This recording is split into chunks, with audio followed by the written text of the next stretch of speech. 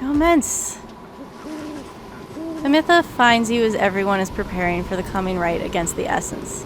Despite this meaning yet another confrontation with her blood sister, she seems very calm. I know what you're thinking, reader darling, so let me assuage any misgivings you might have. It'll be strictly business between me and Tamitha this time. Believe me, I know there's nothing I can do for her. I am nothing to her, but I can still be of use to you all. I got Tamitha in here as I was tired of our kind throwing ourselves against Commonwealth lances.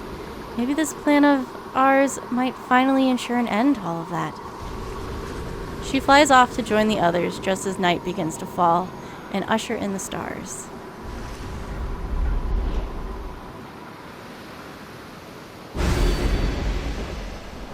More!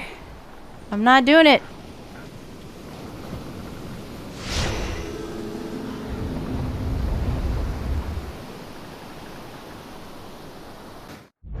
Look forth, you exiles of the Night Wings.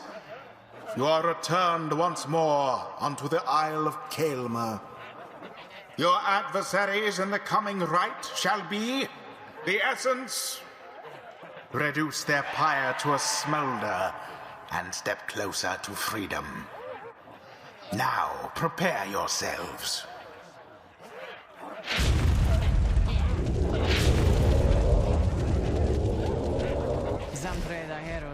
Once more does this Commonwealth filth darken an already inauspicious night. Tamitha remains steady alongside your fellow exiles and shows no response to being in the presence of her blood sister once again. Tamitha looks right at her the entire time she speaks, but never once acknowledges her directly. But there is no more need for any talk between our kind. We are forever at cross purposes. No further proof is needed than these circumstances under which we meet. Tamitha does not acknowledge her. You sense only that she is focused on the rite, set to commence at any moment now.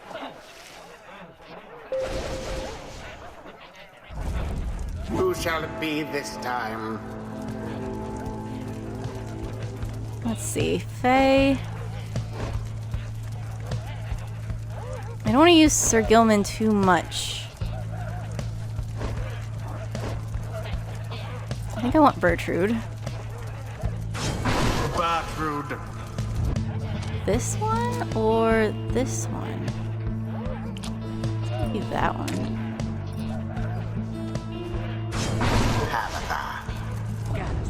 And I'm thinking Faye. But I'm thinking... I'm gonna give you this one. Oh, that's 30. It's... I think... Oh, frick. Frick, what do you guys have? Ugh. Quickness would have been better to give you... So they're gonna go up.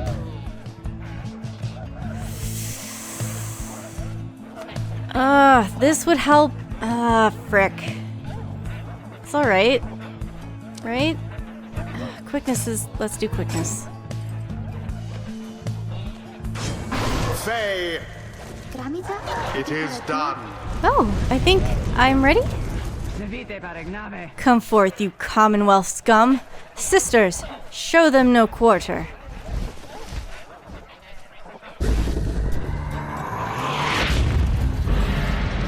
Now begin. Nice! Oh, damn it.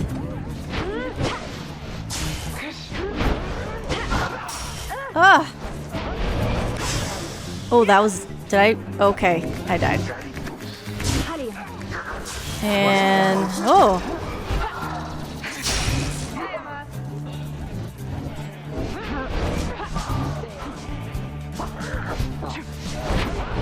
Ah! No! Such chaos.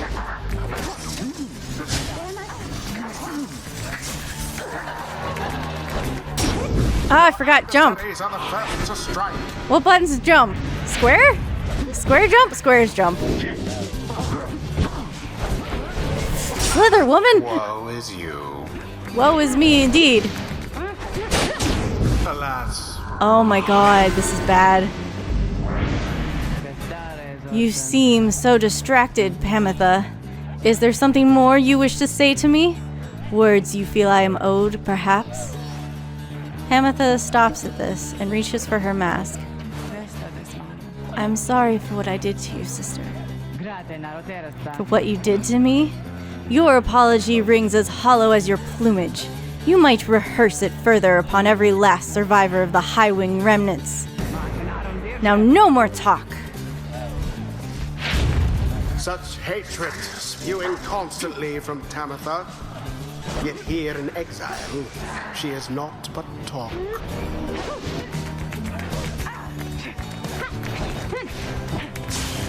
Quite the turn of events.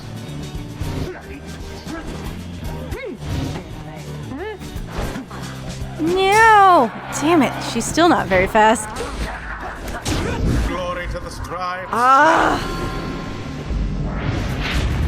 Well, if we lose this battle, it's not the end of the world.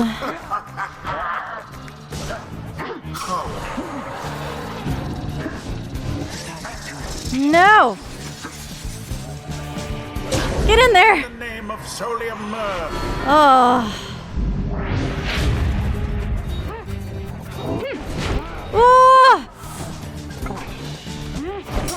No, don't. Your flames grow weak. Yeah, they do. They really do.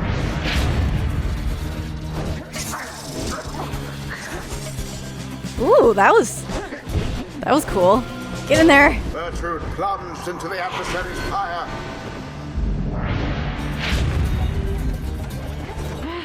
There. I got it. No. Oh, I hate you.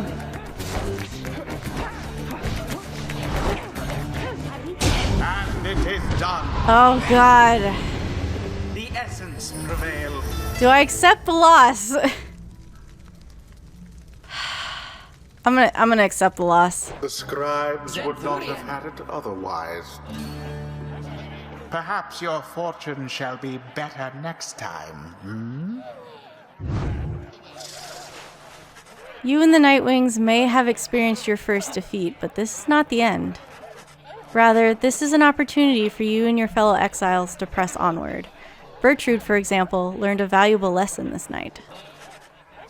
So too has Pamitha, not in spite of this setback with the essence, but because of it.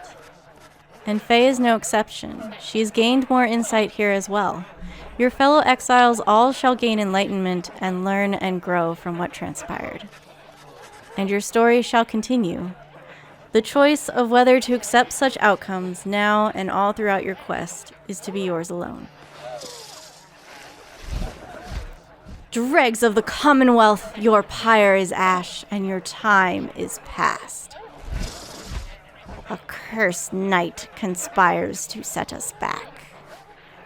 Tisk, we shall have to be more careful. Always is there greater knowledge to be gained. A flash of inspiration for next time. Ooh. Even a traitor harp like Pamitha can learn something. What time is any to say thanks for having me along on this strange little journey of yours, reader darling. Alright.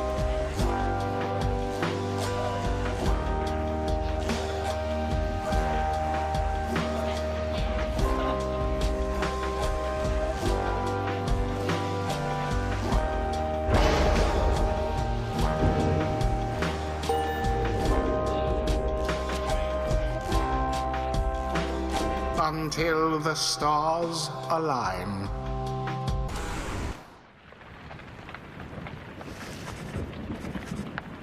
After you ceded victory to the Essence in this evening's clash, there is little time for you to rest as yet. The night beckons, and the next rite reveals itself to be a vital one. It is already time, reader. Come see for yourself. The coldness of the season now presents to us another chance. He heads out straight away, and you follow in turn. Liberation! Indeed, among the remaining stars, you see one with which you are familiar now burns ever brightly. The path to freedom is laid bare before you. So do we fight the Essence again? Because they were on top.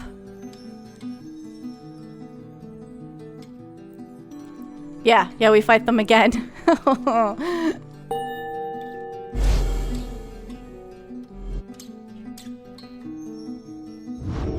I need to pick better people. Already are the Nightwings summoned back to Mount Audaliel. Picture the Rites as a wheel broken free from a black wagon. It is turning uncontrollably and soon shall reach a sudden stop. We should have several chances left for someone to go free. Either us or else our adversaries, but not both. What is at stake each time is further complicated now, I must admit, knowing we have so few opportunities remaining. Those whom we send back to the Commonwealth, should our plan somehow fail, they may look back upon their exile with fondness. So, returning to the Commonwealth is not inherently a mercy, I don't think. Moreover, there are also those among us with whom we count on to prevail the Rites.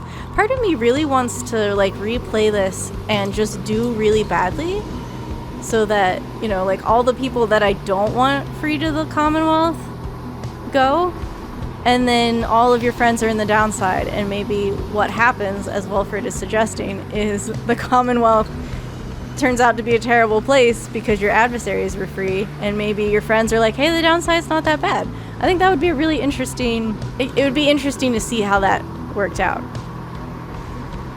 We need them on the Nightwings just as much as we need them in the Commonwealth.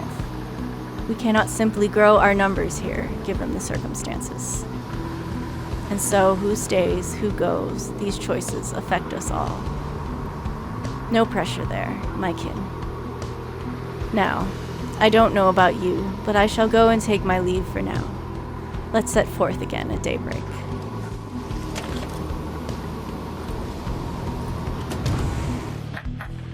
I meant to look at his planner. Okay, it's still at 63. I didn't know if it changed with Ruki's update or not. You are unaccustomed to seeing Bertrude smiling, and yet there she is, doing just that. You soon see why. You have observed before how her manner seems to soften to the degree it can whenever Wilfred is around. If only I could have seen their faces then. What is your secret, dare I ask, dear Bertrude? It appears that they are reminiscing about old times in the Commonwealth. Flame-resistant inks, Sandalwood. 'Twas the inks themselves which kept those volumes from being burnt to ash. Flame-resistant inks. Of course. The good officers who came to visit, they were so intent on burning all the evidence they did not stop to think the evidence was fireproof.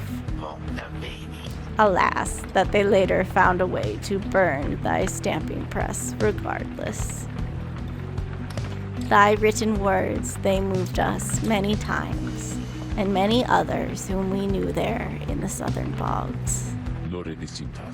No matter, dear Bertrude. What's done is done. At least we made it difficult for them. Is that not so? While introducing some of our fellow citizens to new ideas. Perhaps. My words would not have reached near half as many were it not for you. Not to mention how I managed to elude them for another decade or so. I am ever thankful for your sacrifice. Thy thanks shall not be necessary, Sandalwood. Well, you shall have to take them from me anyhow. Thank you, Bertrude, for helping to fulfill a modest author's dreams. What good's a stamping press without good inks? No good at all. They exchange a laugh at this, but then, even still, and through this new ordeal, thou hast no love for us. Is that not so? Bertrude. Nay, we understand full well Thou needest not further explain thyself. Aww. There are different kinds of love, Bertrude. On that account, thou hast nothing to teach us, Sandalwood. They remain silent for a time. Oh. Oh. Our hearts, they cannot be controlled, Bertrude. Blasted things that they are. They act well on their own. He puts away his pipe. I am blessed to have you in my life, back in the Commonwealth, and here as well. I mean that, although I know that is not enough. At first, Bertrude does not seem to acknowledge this in any way, but then...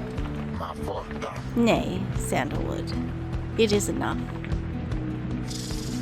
I'm going to cry! Oh my god! Oh. She departs without awaiting a response, brushing past you as she goes. Wolfrid soon turns away as well, politely bidding you good evening. The two old friends have evidently managed their way past certain tensions in their long-standing relationship. They rather seem to draw a certain strength from one another. Oh.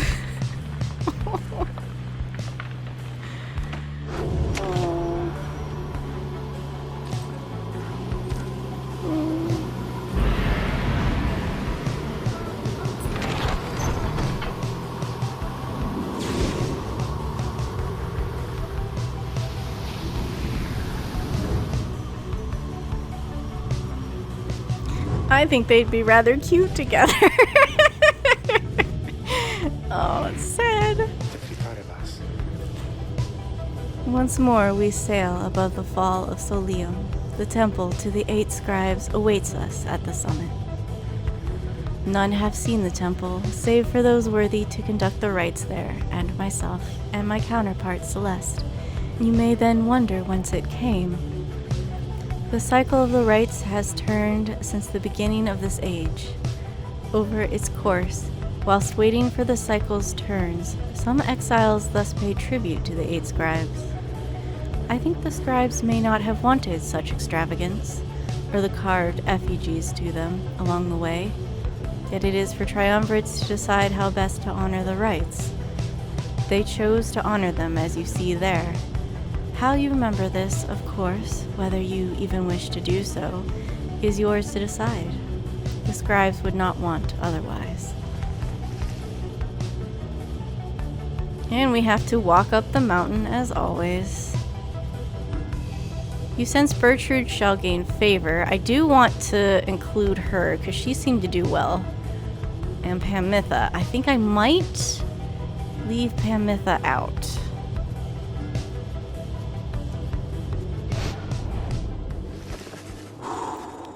You make landing upon Mount Adaliel, where Wolfrid pulls you aside while the others complete the post-flight inspection.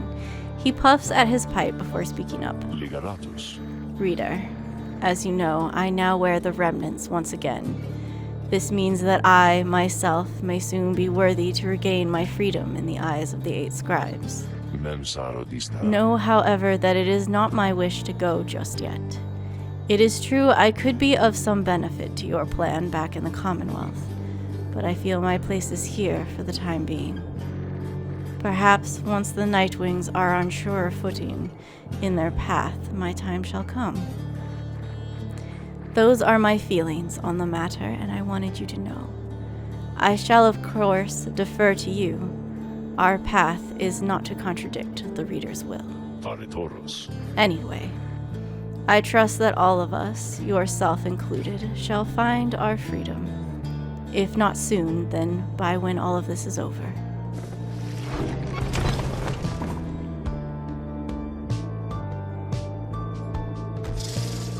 Having completed the post-flight inspection, you and Bertrude visit the monument of Gol Goliathan here in Emperor's Fall. Ye ancient gods who flit among the stars, grant thy boon on Sandalwood, if one is to be granted, for he shall put it to good use. he still seems to believe in ye, to some extent at least.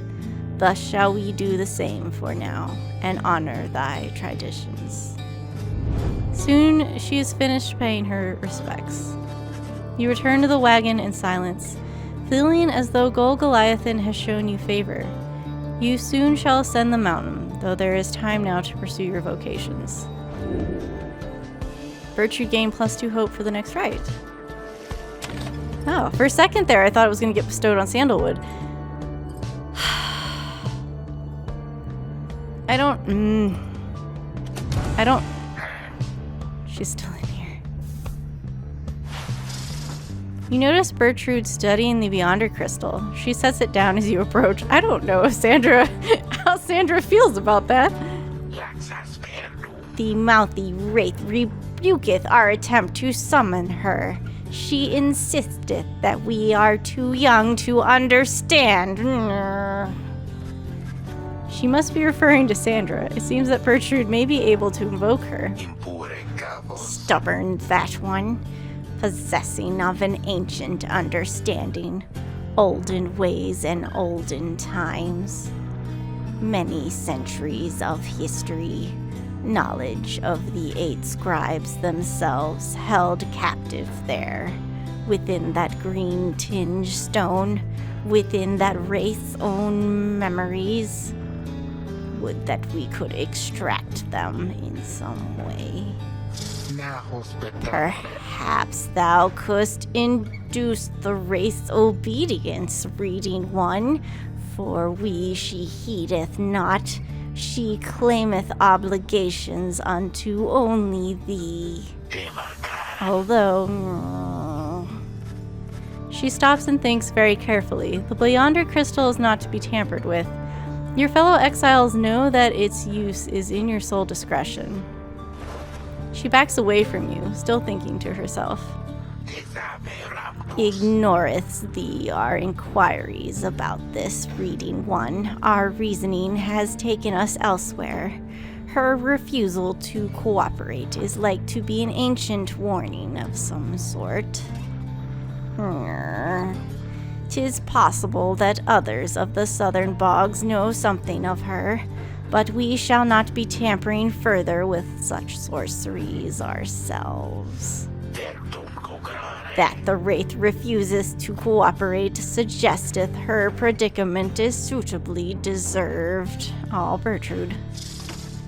She heads out in a huff, but just as the air grows still and quiet, you sense something from the Beyonder crystal.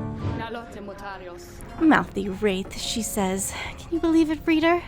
Ah, to be so young and foolish again. Sandra the Unseen laughs to herself. Your proximity to the Beyonder crystal must have been sufficient to evoke her in this case. That crone of yours is far too curious, I think, but it appears that even she has learned her lesson in this case. Thank the stars, I am beholden to no more than one among you Nightwings at a time. And thank the stars that happens to be you rather than her. And if that crone attempts to lay her fingers on my Beyonder crystal again, I shall have to torment her dreams till she's my age. Do feel free to mention that if it comes up. Now farewell. You know where to find me, lovely reader. She vanishes. It seems that Sandra proved resistant to Bertrude's tampering. If so much history is trapped within the Beyonder crystal, there it shall remain for the foreseeable future. I assume she's fine. You've returned to me, have you? Yeah, nothing more to say. I shall be here if you need me. Let's go. Yeah, let's do that. A source of enlightenment? Something Falcon Ron values. What is this? A gold aladel. Oh. Flower.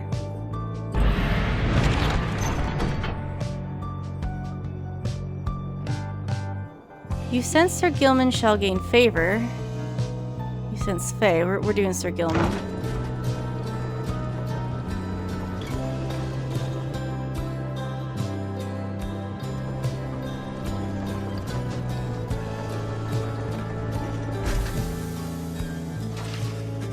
En route to the mountaintop, you pass by a monument to Under King Orez, and Sir Gilman happens to take notice. It seems that this knight's test of honor is just beginning to begin. He is to understand the stars themselves are vanishing.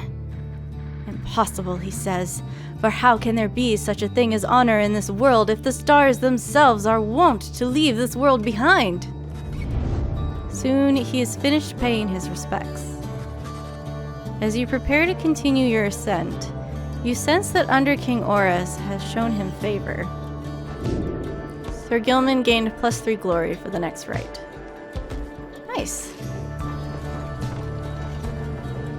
So I was trying to look up, like, what happens if the stars were to suddenly vanish from the sky. And I found, like, all kinds of stuff about, like, the universe dying. And then if you specifically look up, well, okay, what happens if all the stars disappear but the sun is okay? Then like all the responses that I found were like, oh, it just gets dark. So I'm like I don't know. The implications of the universe collapsing, I have some concerns, but I don't think this game is gonna get into that. Like, even if we, save the Commonwealth, is this world just gonna die anyway? I mean, I don't know. You and your fellow exiles gather at the foot of Scribe's Gate before an archway carved of stone where stands the Gate Guardian. Salutium, Ceres. Greetings to you, Celeste. I see the exiles of the Nightwings have returned, even as the cycle of rites begins drawing to a close. The Nightwings accept this as the will of the scribes. The Gate Guardian laughs at this softly for some reason. Yeah, because the scribes aren't controlling the stars, for sure. And you, Tarek? Do you accept their will as well? What happens to you, you guys? But the lone minstrel does not answer her. Something happened to you, dude. What happened to you? It is no matter. Now, Nightwings, each of you come forth and state what it is you seek whilst crossing Scribe's Gate. One by one, the Nightwings declare themselves. You all pass through as before. When Volfred takes his turn, Celeste stops him. You. I see you wear the remnants once again. Explain. The cycle of the rites is ending. While I do not know exactly why, I have my fears. One of my contemporaries, he who fell from the summit long ago, he lives and seeks his liberty again. He stands against us now and believes his triumvirate to be the true Nightwings. I remember well the contemporary whom you mean. The Nightwings stand divided. Yes, and so I wear the remnants once again, in case that it may help to right this wrong. For I am Volfred Sandalwood, and I seek liberty for each of us, so that one day we all might stand shoulder to shoulder on the other side and bring our freedom to the people there. She considers Volfred's words for a moment. I see. Then move along. The Guardian of Scribe's Gate regards you all, then she beckons you onward. The 8 scribes bid the Nightwings welcome. Go forth with glory. Celeste? What is it, Tarek? The will of the scribes. Long have we both followed it. I think you would agree.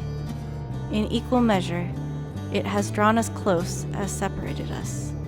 Oh. But if their aim now is to keep us apart, for another age or longer then, no, I do not accept their will. You blaspheme, Tarek, and at the gate, no less. But the lone minstrel simply puts his hat back on. Oh! Then may the scribes themselves admonish me. Till tomorrow night, Celeste. So they guarded the gate together, and he was forced to leave, supposedly to the scribes' will? Oh. I need more to this story. I want more. More love stories, please. Oh. Having reached the peak of Mount Adaliel again, you see the vastness of the downside all around you. It leaves you deep in thought regarding which of your companions ought to go free this night, as Ruki did the last time. I already know who's going